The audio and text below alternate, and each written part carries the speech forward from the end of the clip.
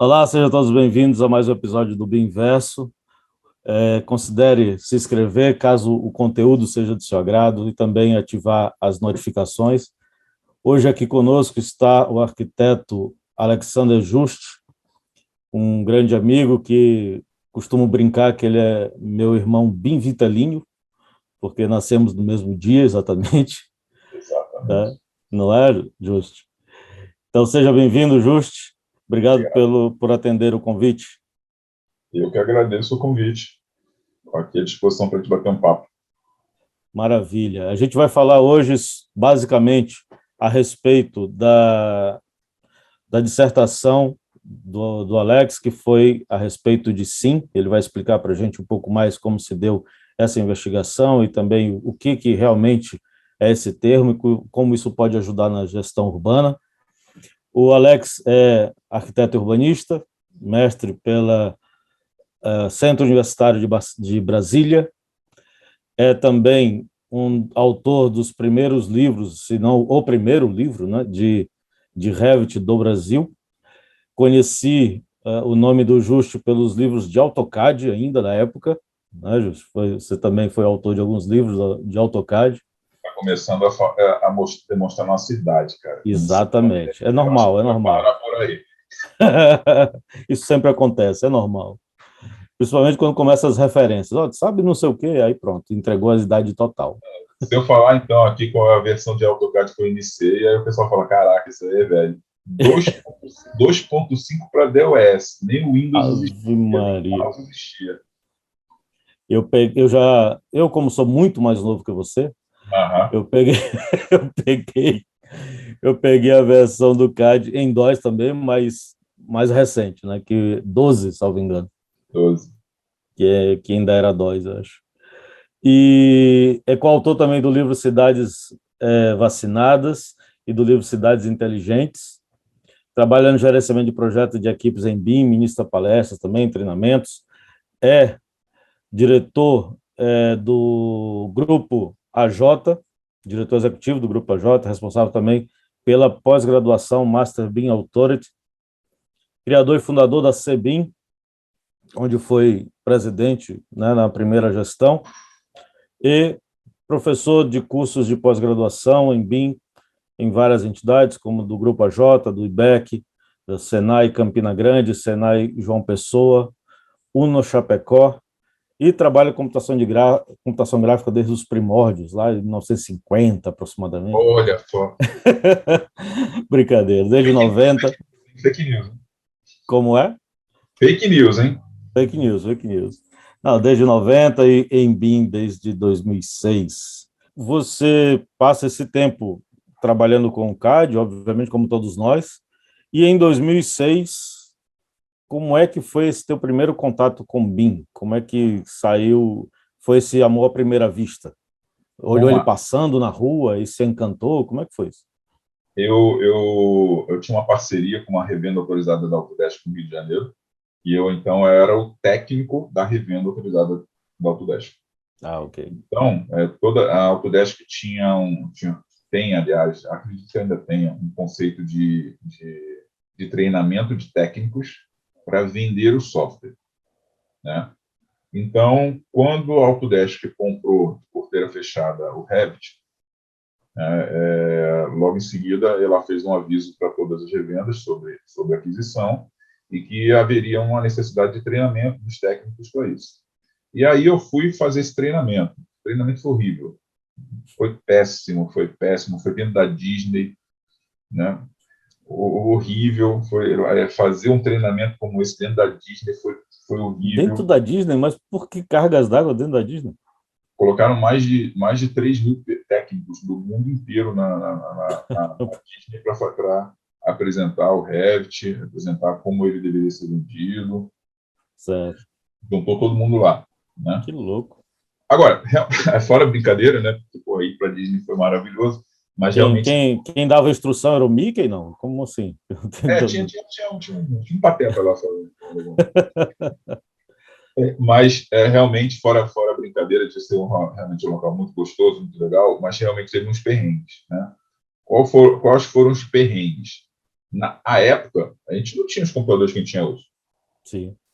Aí eu tive que levar o meu notebook. O notebook aberto não adiantava, porque não fazia funcionar. Não tinha como fazer funcionar o software e testar. Né? Então, o Sim. primeiro perrengue era esse. Não adianta que você não conseguia instalar, porque o computador não dava conta. Né? E segundo, que o cara que dava aula lá para a gente, né, ele não estava nem aí se tinha estrangeiro na sala de aula. Era aquele inglês, né, e você tentando entender o que ele estava falando. Sim. Aí, por fim, dava material impresso, né, e tudo mais.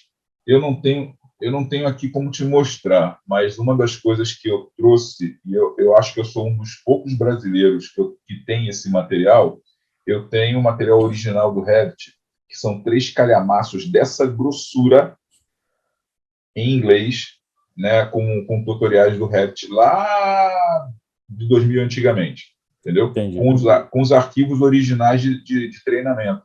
Foi dali Entendi. que eu fiz. Eu cheguei no Brasil, eu falei assim, não tem jeito, isso aí eu vou ter que me virar sozinho. E aí, para completar, Rogério, eu tinha acabado de escrever um livro do arquiteto do desktop. Sei, usei bastante. Eu joguei Sim. fora. Eu peguei o livro assim, pá, joguei ele fora, porque assim, eu olhei para o arquiteto do desktop, eu olhei para o Revit, arquiteto do desktop, tchau, foi bom enquanto durou, Sim. entendeu? E esse foi um momento muito, muito rápido contigo, mas agora o negócio é o tal do Revit. E aí eu entrei a fundo de cabeça para ler esses tutoriais, testar os tutoriais, testar os arquivos. Aí eu peguei pesado, né, nesses treinamentos sozinho. E aí, pessoal que está nos vendo aqui, nos escutando, entenda o seguinte: aquela época não existia YouTube, não, tá? Pois é, exato. É, Não tinha que ser tinha na raça. YouTube. Não tinha, a gente contava com pouquíssimas pessoas para a gente perguntar alguma coisa, né? Era complicadíssimo de ter apoio de alguém. A própria Autodesk aqui no Brasil não estava preparada para isso. Não adiantava perguntar para ninguém da Autodesk aqui no Brasil, porque estava todo mundo começando também da mesma maneira que eu, entendeu? Então foi assim um quebra-cabeças descobrir como é que o software funcionava, né? Só que assim, Rogério, eu tenho uma mania, né? Como é que eu estudo, né? Eu estudo escrevendo, eu estudo Ah, tá. criando um roteiro na minha cabeça, eu estudo criando um plano de aula. Entendi, entendi. Foi daí que eu aprendi, me organizando, criando um roteiro na minha cabeça de como aquilo deveria funcionar. Pronto, e foi daí que surgiu também, inclusive, o primeiro curso de Revit do Brasil. Ah, legal. O que é legal é que as dificuldades que a gente tinha nessa época, quem se dedicava, como tu acabou de pontuar, desenvolveu uma característica muito boa e que para hoje é essencial, que é de aprender sozinho, né? De saber aprender sozinho, de saber estudar. E isso não é tão fácil para algumas pessoas, por incrível que pareça, porque assim, eu tenho muito dessa característica, muito de gostar de pegar coisa nova e aprender sozinho. Dificilmente eu faço curso para algum tipo de coisa em especial, por exemplo, programa, dificilmente eu faço curso. Eu normalmente pego, caio de cabeça e aprendo. Mas muita gente que eu já vi tem muita dificuldade de aprender sozinho, né? E é uma das características do dito profissional do futuro, que não é nem do futuro, já é do presente, é saber aprender sozinho, sabe? É muito importante para dar continuidade, achar que aquilo foi só na faculdade, nada. A gente aprende todo dia, né? Assim, meu pensamento sobre esse assunto é o seguinte: hoje, os mais novos, eu acho que eles estão sendo assim, o mercado, a academia, né, está preparando para eles se tornarem usuários.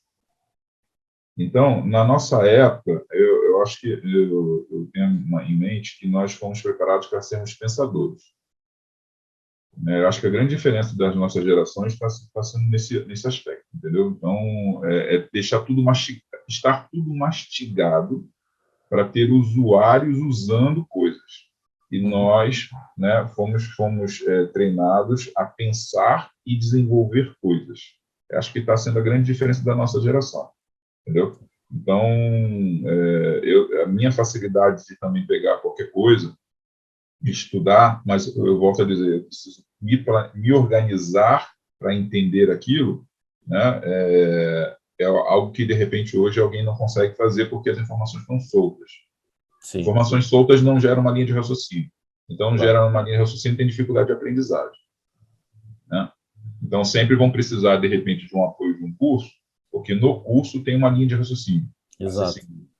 exato. E a gente acaba criando, quando a gente está estudando sozinho, como foi o caso que tu acabou de dizer, a gente acaba criando essa linha de raciocínio ao estudar sozinho, né?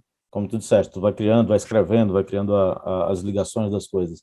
E quem não tem essa afinidade, essa mesma afinidade, ele realmente precisa de alguém que organize toda essa informação para ele e passe para ele sequenciado, filtrado também, né? Categorizado, para que ele possa aprender. Então, são diferentes pessoas e diferentes métodos de estudo. Já que tu tocou agora na questão da academia, vamos trazer então a nossa conversa para dentro dela. Há pouco tempo tu terminaste o mestrado, né? Já mergulhando diretamente na área de BIM e numa vertente específica que a gente chama de SIM, que é o City Information Modeling. E eu queria que tu explicasse um pouco para a gente, primeiro, o porquê da escolha do tema, deste tema. E, em segundo, qual foi o viés da tua investigação? O que realmente tratou a tua investigação? Tá, vamos lá. Eu sou apaixonado por urbanismo. Quando, da minha graduação, meu trabalho final de graduação como arquiteto foi na área de urbanismo. Então, eu posso dizer realmente que eu sou arquiteto urbanista, Legal. porque eu sou mais urbanista do que arquiteto. Em relação à arquitetura, eu dou meus pitacos, sei realmente desenvolver as coisas, mas eu prefiro passar a bola para outras pessoas na empresa desenvolverem a questão da arquitetura, né? Eu trabalho muito mais no planejamento e gestão e crítica do trabalho do que propriamente colocar a mão na massa no projeto. Agora, em urbanismo, eu me apaixonei, né? Meu trabalho final de graduação foi fazer um binário, né, lá no Rio de Janeiro, na região da Lagoa do Rio Rodrigo de Freitas. Para quem conhece o Rio de Janeiro, a região do Jardim Botânico, Lagoa do Rio Rodrigo de Freitas é um nó, né? E eu encontrei uma solução lá adequada para resolver aquele nó na época, né? Foi muito engraçado, porque imagina a computação gráfica da época, era 3D Studio, Eu trabalho né? com ele em DOS também. E assim, eu tiver uma oportunidade para mostrar para vocês vão morrer de rir. Eu não tinha total domínio sobre 3D Studio, né? E eu fiz um Fusquinha fazer uma curva num viaduto que eu criei, né? E o Fusquinha parecia o Fusquinha do Harry Potter, né? Porque ele voava na curva. Foi muito engraçado. O vídeo que eu criei em 2002, né? Porque eu me formei em 2003, 2002, 2003. Foi muito engraçado. Então, assim, a questão do urbanismo por conta de paixão mesmo, né? É algo que eu gosto. E aí, juntando com o BIM, né, que é a área que me especializei, eu vi que era possível fazer as duas coisas se unirem, né? Então, eu comecei a estudar sobre a questão do SIM. Existe pouquíssimo material no Brasil, pouquíssimo material. Eu tive dois orientadores, né? Um orientador do próprio CEUB aqui de Brasília, e eu tive a professora Regina Russo como orientadora. Então, Sim, foram duas orientações diferentes, distintas, né? Porque o orientador daqui, ele deu a base estrutural da parte de urbanismo e tudo mais, e a professora Regina na área de BIM. Então, isso certo. me ajudou bastante, né? E, assim, eu queria fazer alguma coisa que demonstrasse que o BIM podia ser feito em escala urbana, Perfeito. que podia ser trabalhado em escala urbana. E aí, como eu não encontrei tanta coisa aqui no Brasil, eu tive que procurar lá fora, né? Agora, o material que eu encontrei no Brasil era material de altíssima qualidade, né? Então, nós temos o Max Andrade, né, professor da Federal de Pernambuco, que ele tem um material dele, dissertação dele, e artigos técnicos falando sobre o assunto. Tem uma, eu não conheço ela pessoalmente, mas é a Yasmin, que também criou uma dissertação sobre o assunto também muito bom. Eu juntei material, alguns artigos técnicos, inclusive do professor Eduardo Toledo, né? Então, assim... Tem do professor Arivaldo, lá da Bahia, Federal da Bahia. Professor Arivaldo, exatamente, professor Arivaldo também, né? E acabou. Acabou, né? Então, tive que procurar lá fora. E aí eu fui nas minhas pesquisas vendo que a principal destaque nesse assunto é Singapura. Aí eu entrei de cabeça em pesquisas na área lá em Singapura, né, sobre como eles fizeram desde 2013, né, eles estão trabalhando com isso, né, já criaram gêmeos digitais da cidade, e tudo mais. E aí eu também tive a oportunidade de fazer contato e, inclusive, me tornar parceiro comercial de uma empresa chinesa chamada Supermap. Me abriu muita informação de como isso era possível, porque ele já desenvolve isso em cidades chinesas. Eu também trouxe uma base de pesquisa de cidades da China por conta do acesso a essas informações do Supermap, né, que eu fui buscar. E, por estar em Brasília, eu imaginei, né? Brasília é uma cidade icônica, simbólica, né? Então não tem nada igual aqui no Brasil. Então vou fazer um estudo de caso para que demonstre, né, para o governo, os governos, que é possível a partir de uma cidade em 3D tirar proveito para a gestão pública, não apenas para a gestão pública, mas também para a iniciativa privada, né? E poxa, aquilo que você falou lá na tua apresentação de metaverso, né, e o Alan Araújo também falou comigo lá no BeanTalks, né, já fazia parte do meu pensamento, né? Gamificação, ter uma cidade em 3D, trabalhar com gamificação, as pessoas acessarem essa cidade em 3D com todas as informações. Agora, como fazer tudo isso funcionar? É um verdadeiro quebra-cabeça. Perfeito. Né? Aí é a ideia do sim que a gente vai destrinchar aqui na nossa conversa, entendeu? Maravilha. A gente tem alguns autores da área de SIM que tratam de forma um pouco divergente o que vem a ser isso. Por exemplo, o professor Ivaldo e outros pegam uma vertente onde esse SIM ele é uma espécie de aglutinação de vários bins, e da junção desses bins eu tenho informações que sirvam para a gestão urbana, né? Então eu tenho os bins dos edifícios, digamos assim, está fazendo uma grande simplificação para o nosso público poder entender. Eu tenho diversas informações que advêm desses edifícios que foram modelados em BIM. Essas informações, portanto, sobem para um outro nível de informações, que aí já pega da cidade como um todo, né? Aí entra também software de georreferenciamento, como software GIS de uma forma geral, e isso serve, então, para coletar dados para a gestão urbana. Uma outra vertente que eu já vi a respeito de BIM, de SIM, é a vertente do meu orientador do doutorado, que é o José Nuno Beirão, onde ele trata o SIM como uma espécie de city maker, né, que foi até o nome do software que ele próprio desenvolveu no doutoramento dele. Portanto, é uma forma de projetar cidades com parâmetros. Então, não é tão somente um mecanismo de gestão, mas um mecanismo de projeto. E aí ele desenvolveu, né, no caso do doutoramento dele, um pequeno software baseado em Grasshopper, onde ele consegue, a partir do input de alguns parâmetros que advém de banco de dados, desenvolver cidades, tá? De uma forma geral, sendo bem amplo, tá? Tu chegou a escolher um dessas vias, ou tu, diante da tua pesquisa, acabou por ir para um outro caminho? Porque todo conceito novo é natural que isso aconteça, né? Alguém puxa para um lado, outro puxa para o outro, às vezes vem um terceiro já joga uma outra luz para um outro aspecto que não foi visto. Como é que foi no caso da tua investigação? Bem, dentro das minhas pesquisas, eu via bastante a seguinte palavra: paradigma.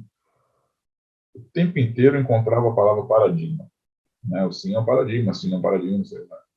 Então, não existe uma definição estabelecida, né, de forma geral, do que seja sim. É algo ainda está em discussão, é algo que ainda tem muito debate, principalmente na área acadêmica. Alguns equívocos nas áreas comerciais. Tem fabricante que se utiliza desse termo de forma equivocada, principalmente do termo gênero digital.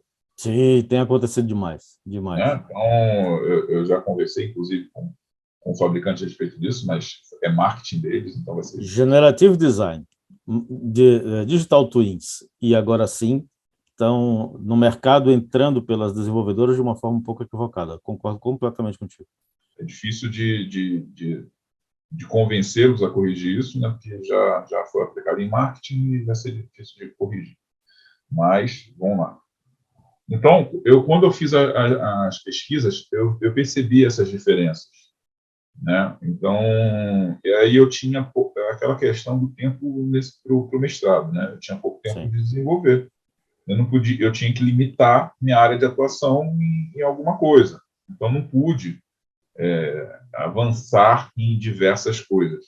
Então, quando eu tomei a decisão de fazer um estudo de caso dentro de uma área limitada, que foi uma superquadra aqui de Brasília, analisar as situações de transformação de uma informação antiga em uma informação nova, atualizar a base de dados para uma base de dados nova em 3D e apresentar benefícios e usos, foi uma questão realmente de limitação temporal, né? E limitação mesmo. Eu fiz meu mestrado em época de pandemia.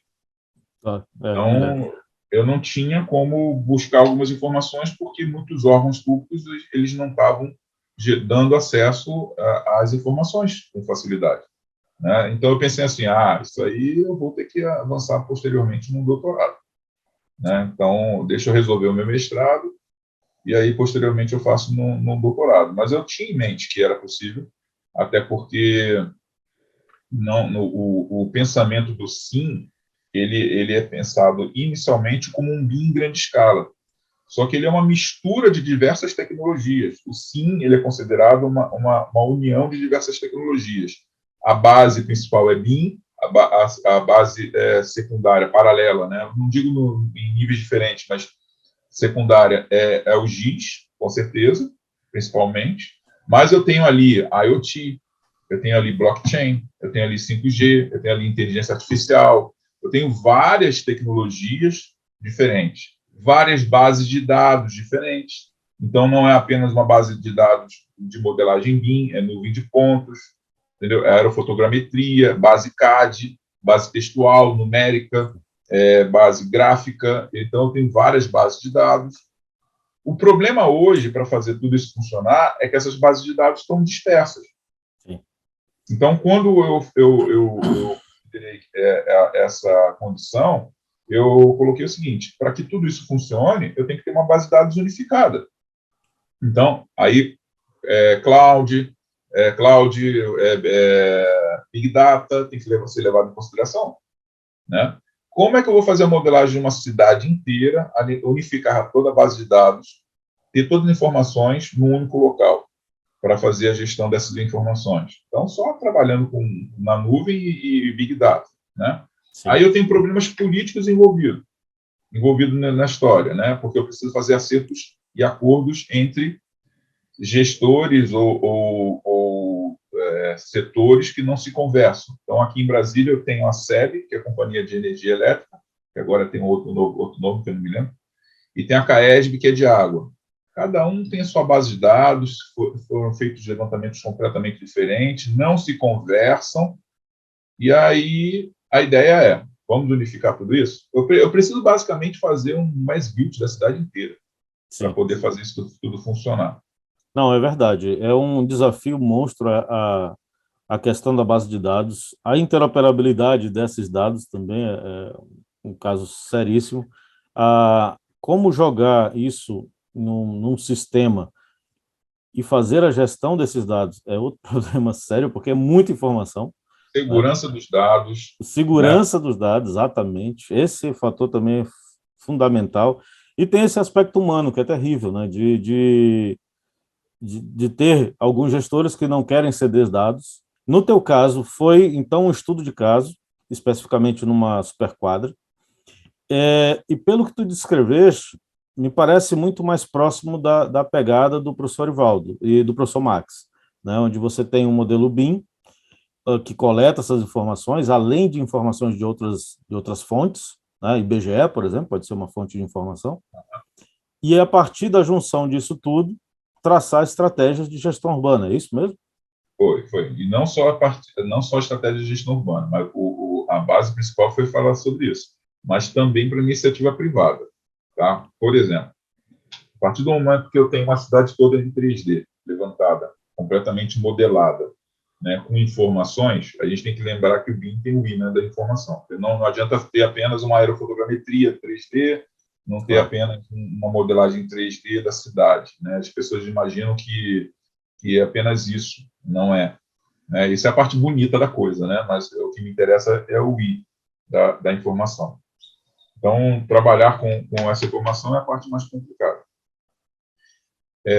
Mas, se eu der informações, por exemplo, de uso das edificações, saber quem é edificação residencial, comercial, industrial, qual o valor de IPTU, qual é o valor desse imóvel no mercado, né? Então, eu já permito, por exemplo, que a iniciativa privada da área de corretagem de imóveis alimente com dados comerciais os imóveis, sabendo o valor de aluguel da região, o valor de venda da região, ou algo parecido.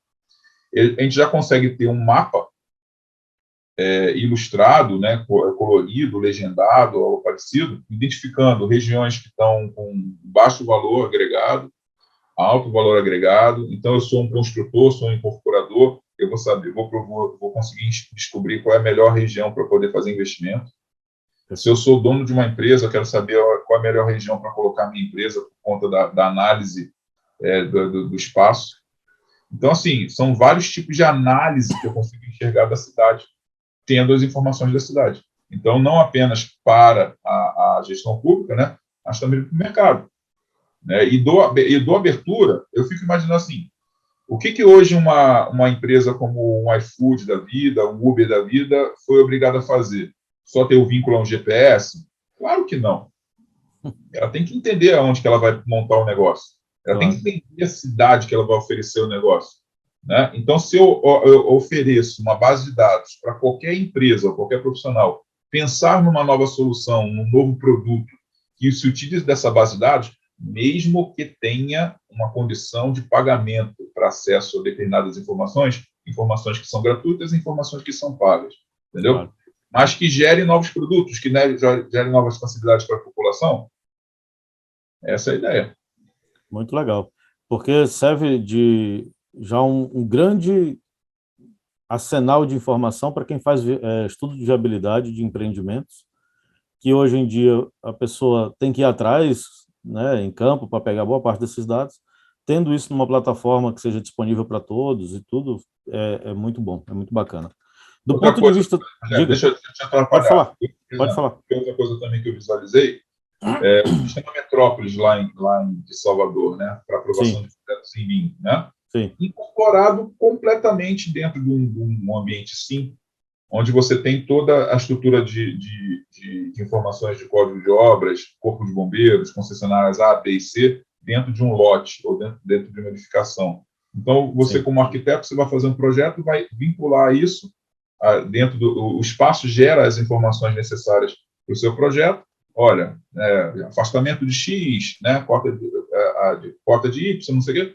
Aí você vai, alimenta ali e o próprio sistema fala, está em condições, não está em condições, está avançando não sei quantos metros de afastamento, não sei o quê.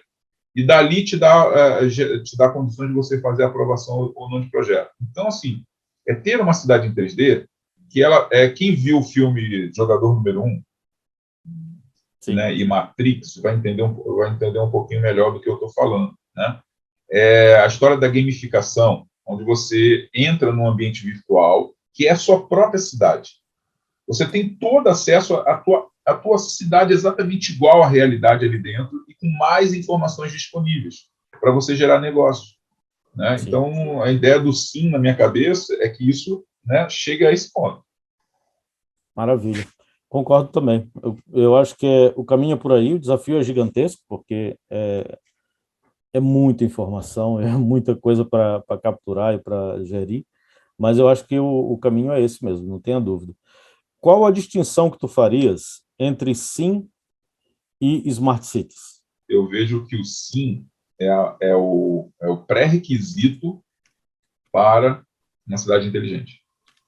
A cidade inteligente hoje, como ela é pensada, discutida, quem acompanha sobre isso tem um grupo de estudos, né, de discussões sobre isso dentro da ONU, tem um grupo de discussão dentro do nosso Congresso Nacional, de deputados do Congresso Nacional. Não foi à toa que aquele livro que você comentou, né, que eu fui coautor, né, foi um livro do Congresso Nacional que eu fui convidado a escrever sobre esse assunto, então tem um grupo de discussão sobre isso. Mas a grande maioria dessas pessoas não são técnicas da área de arquitetura e engenharia, são pessoas que vislumbram, né, a melhoria da cidade, do que a cidade pode propor para cidadão e para a gestão pública, né, com inclusão de tecnologias, com certeza, mas não em cima dessa vertente que a gente está discutindo em relação assim, né? É a questão de eficiência energética, em relação à iluminação, em relação a ter um bom trânsito, evitar que os carros trafeguem na cidade, né? E tenha facilidade do encontro de vagas, né? Então, todo esse pensamento de cidade para a cidade ser realmente efetivamente inteligente, né? Só que eu vejo, meu pensamento para chegar nesse ponto, novamente, eu preciso analisar a cidade. E o que adianta eu fazer uma análise da cidade através de uma base de dados antiga ou através de sistemas de levantamento de dados antigos? Por exemplo, Brasília, apesar de ser uma cidade relativamente nova, ela tem uma base de dados que, para os nossos dias de hoje, é uma base de dados antiga. Então, se eu chegar ali no plano piloto e pedir informações que eu encontrei, né, por exemplo, a base de dados da CAESB, da Superquadra, foi uma digitalização de uma planta sabe aquela planta azul? Sim. Aquela azul com as linhas em branco? Sim. Né? Que da época do Ronca. Então, da heliográfica. Heliográfica. Então, assim, não existe CAD. Não existe CAD para Brasília.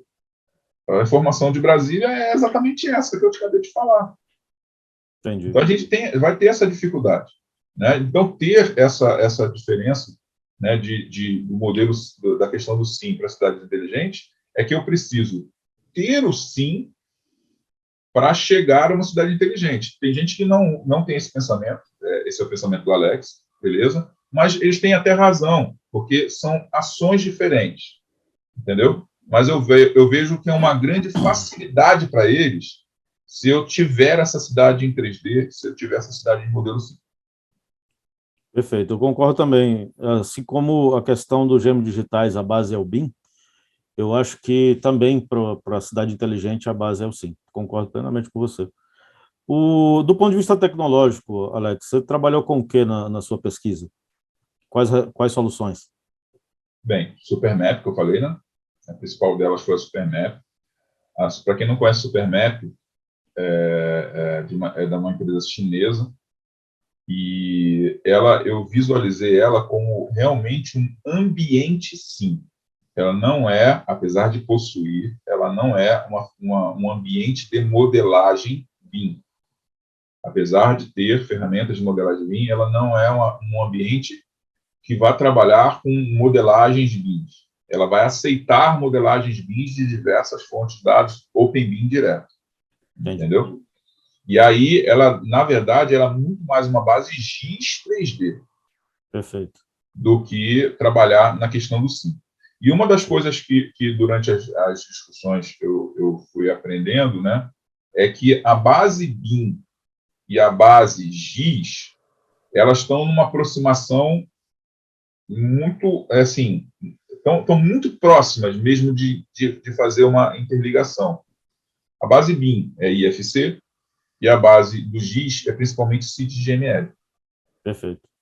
Inclusive, elas compartilham ideias muito parecidas, né? Porque muita gente pensa que o GIS é 2D, é exclusivamente 2D. Não, hoje nós temos GIS 3D. Perfeito. A gente tem condições muito parecidas para o LOD. O LOD que a gente conhece do BIM, existe um LOD parecido no GIS 3D. Não tem a mesma classificação de 100, 200, 300, mas é 1, 2, 3. Né? Sim. Uma classificação parecida. Mas aí que vem o detalhe. Quando a gente abre o IFC, a gente abre o CIT-GML, a questão da classificação dos elementos, aí que entra a parte legal. A semântica é muito próxima. Isso é bom. Então, é só uma questão de acordos para que dos desenvolvedores, né? Dos desenvolvedores, para que eles batam e possam interagir. Então, inclusive, eu soube que a discussão da criação do IFC 5.0 dentro da Build Smart, porque é um IFC que está voltado para um pensamento da área de infraestrutura, né? Tem essa preocupação de interligar com a base GIS. Né? Então, eu fiz esse estudo principalmente com o Supermap, testei no Supermap, mas, claro, eu olhei também para o ArcGIS, né? O City Engine, nossa, é maravilhoso, né? Legal, conheço. Mas ele é algo que vai permitir uma modelagem de uma cidade de forma assim rápida, né? Tem outras bases de dados, que a gente tem que interpolar uma base de dados na outra, né? É como se fosse um streaming, né? Conforme eu vou me aproximando, ele vai substituindo a base de dados. Sim. Então, eu estou lá longe, no céu, uma base de dados ortofotogramétrica. Aí vou me aproximando, aí em nível de drone. Vou me aproximando, em nível de scanner a laser. Vou me aproximando, aí já é modelo BIM. Né? Ele vai substituindo. Legal. Eu estudei um pouco do CIT-GML em artigos da Universidade de Delphi. Eles têm muita pesquisa nessa área. Não sei se chegou a ir nessa base de dados deles. Não fui a fundo. Não. Eu entrei, mas não fui tão a fundo. Ah, legal. Eles têm, depois dá uma olhada, eles têm muita pesquisa na área de CIT-GML, a Universidade de Delphi, né, o laboratório deles lá da Universidade de Delphi. Muito legal. É uma área muito bacana. Amigo, acho que é isso. Tem mais alguma coisa que você julga necessário a gente comentar sobre esse assunto, que eu acabei por não perguntar? Olha, em que a gente tem que entender quais são os benefícios e quais são os desafios para tudo isso funcionar, né? Foi uma outra coisa que eu também pontuei bastante na minha dissertação. Os benefícios são os mesmos do BIM, praticamente. Né? A gente pode tirar proveito de tudo que o BIM tem em uma escala muito maior. Como você citou, a linha de raciocínio na área de projetos, a gente pode utilizar o pensamento do Cine exatamente para projetar cidades. Aí vamos até uma outra ideia. Por que eu não fui também tão a fundo nesse sentido? Né? Aonde é que a gente vê esse projetar cidades no Brasil? É mais difícil. É complicado, né? Encontrar uma situação de uma cidade, né? Talvez até a gente encontra bairros, né? Mas na cidade é mais difícil, né? Então, por isso que eu escolhi essa outra vertente também, dar mais atenção a essa outra vertente. Tá? Nós ainda estamos evangelizando o BIM, Rogério. Pois é. Verdade. Então, assim, não adianta nada a gente falar, pegar pesado no SIM nesse momento, porque eu ainda tenho que evangelizar o BIM. Você faz um trabalho bem legal com a QS em relação ao BIM para prefeituras, né? Orientando o pessoal das prefeituras sobre o aspecto do BIM. E tem que fazer esse papel mesmo. As prefeituras precisam entender sobre esse assunto. Mas eu acho que já vale a pena, meio que, olha, no futuro, quando vocês terminarem essa parte daqui, no futuro vocês têm isso. Porra, que legal. Hoje, pensar em vender o SIM, né, acaba sendo uma utopia em grande maioria dos casos. Mas não significa que isso não esteja sendo movimentado, tá? A gente já tem situações, por exemplo, com a cidade de Curitiba, e a cidade daqui de Brasília mesmo, que a gente já está nesse pensamento. Eu, inclusive, estou fazendo parte de um projeto, estou construindo um projeto aqui, né, com a UNB, com a BDI, né, com o próprio GDF, para criar o Gêmeo Digital de Brasília. Legal. É um projeto bem legal que eu estou montando. Né? Então, a gente já tem alguns movimentos, mas muito pequenininhos aí, muito iniciais, estão engateando mesmo, né? Mas a gente precisa fazer aquele papel. Olha, talvez hoje não seja realidade, mas amanhã é possível. Então, a gente tem que fazer da mesma maneira que a gente evangeliza o BIM, a gente também tem que evangelizar o SIM. E, aos poucos, né, trabalho de formiguinha, né? E passando de um para o outro. A gente tem aí que enfrentar problemas políticos mesmo, né? Tem gente que não vai se interessar em fazer tudo isso funcionar, como já não se interessa em relação ao BIM por questões políticas, né? Porque a gente sabe muito bem que como a gente coloca o BIM em prática, muita coisa de corrupção vai por água abaixo. Sim. Né? Então, a gente vai ver que muita gente vai atrapalhar tudo isso funcionar. Mas é nosso papel, né? Fazer devagarzinho. Devagar e constante. Tem uma estratégia que eu acho que pode ser interessante, é começar a incorporar o GIS, que é um pouco mais fácil, né, pelo fato de existem softwares gratuitos, como o QGIS, por exemplo, portanto, para uma prefeitura adquirir, não precisa de licitação nem nada disso, é só instalar, é gratuito, é open source, e começar a ter curso de preparação para trabalhar com QGIS, trabalhar com o conceito de GIS como um todo, para a gestão urbana. Eu acho que pode ser um caminho, digamos assim, intermediário, até se chegar a discutir efetivamente o SIM, né, ou não só discutir, mas a implementar, por ser um pouco mais fácil. Né? Então, eu teria aquela prefeitura, o BIM sendo desenvolvido lá, projeto, blá, blá, na paralela, informações em GIS para ajudar na gestão urbana. A gente começou a fazer isso aqui na prefeitura, tentando colocar os imóveis da prefeitura todos em base GIS, escolas, centros de saúde, etc., né, com todas as informações necessárias, por exemplo, no caso das escolas, informações sobre a edificação, mas também algumas informações que poderiam dar suporte para a Secretaria de Educação, né, quantidade de alunos, qual é quanto que atende em termos de bairro e algumas outras informações. Então, são coisas até relativamente fáceis de fazer, tendo um pouquinho de vontade política, dá para fazer, porque não requer muito desembolso, requer muito mais a vontade mesmo, treinar um pessoal ali e começar a trabalhar. Você sabe que E aí, acho que vai ser bem mais fácil para depois, quando vier o SIM, fundir as duas ideias, né? Fundir o BIM com o GIS. Rogério, mas você sabe muito bem que isso que você está fazendo, ele tem um nome no mercado que é diferente do SIM, né? Que é o GeoBIM. Sim, eu já ouvi também. Porque o GeoBIM é realmente uma integração de BIM e GIS, única e exclusivamente.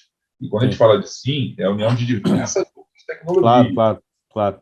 Né? Nesse exemplo que eu estou dizendo, no primeiro momento, eu nem juntaria, sinceramente. Deixaria mesmo o GIS ali sendo trabalhado, o pessoal tentando tirar dados daquilo ali, tarará. Tinha um pessoal que já fazia, inclusive lá na secretaria, uma união com Power BI para poder visualizar melhor as coisas e tal. E então, na primeira instância, eu deixaria separado, assim, do ponto de vista didático, sabe? Então, deixaria o BIM ali tocando, depois deixaria o GIS. Para que, num momento onde esses dois já tivessem uma certa maturidade, aí, vem cá, gente, vamos tentar ver assim, o que esses dois aqui fazem em conjunto, e talvez num outro momento, aí ampliar para essas outras tecnologias, aí a gente estaria no SIM. Então, talvez podem vir a ser, uma sugestão, claro, passos, né, de implementação numa realidade de uma prefeitura, por exemplo. O que você acha? Acabei de me lembrar, só para fechar esse assunto, que eu considerei também o que existe no Brasil um primeiro sistema SIM em prática, que é o do Exército, o sistema OPS. Sim, o OPS, sim, verdade. Então, quem tiver essa facilidade de achar o sistema OPS, tem bastante coisa na internet também falando sobre ele, eu identifico ele como o primeiro sistema SIM do Brasil, porque realmente ele vincula... ele é sistema SIM não, perdão, GeoBIM. Né?